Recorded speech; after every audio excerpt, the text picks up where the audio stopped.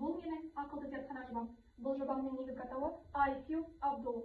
Енді сіздерге мен бұл жобамды таныстырып кететін болсам, мына жерде бізде зуммер, ал мына болса MQ2, яғни бұл жерде бізде химиялық реакция кезінде шығатын газдарды бұл сезеді, ал мына болса бізде бөлменің температурасын көрсететін датчик, мына Москве, яғни желдеткіш жүйесі осы Москве арқылы іске қосылады, ал мына болса бізде Arduino микроконтроллері. Енді мен сіздерге бұл жобамды іске қосып көрсететін болсам, ең бірінші біз жоққа сығып аламыз. Осы кезде бізде MQ2 мен Arduino микроконтроллері іске қосылды. Бізде қазір көк, жасыл және де қызыл сигнал жанып тұр. Біз бірінші жасыл сигнал өшкен кезде барып жұмысымызды бастауымыз қажет.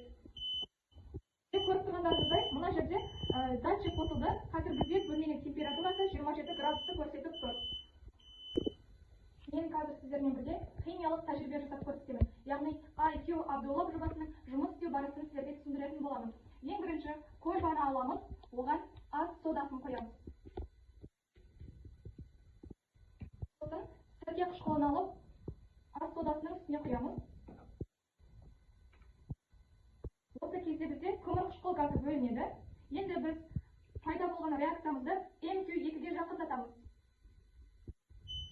Осы кезде бізде желдеткіш жүйесі қосылып сигнал беріп жатыр. Яғни бұл жерде бізде қауіп төніп тұр деген сигналды қызыл жанып көрсетіп тұр. Ал мына жерде бізде желдеткіш жүйесі қосылды. Яғни осы жерде шыққан газды желдеткіш жүйесі өзіне сіңіріп алады.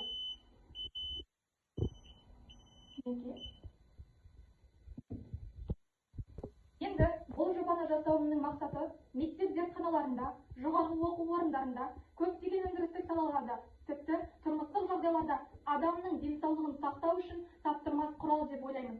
Бұл жобаны алдағы уақытта жасанды интеллект жасау арқылы әрі қарай дамытамыз.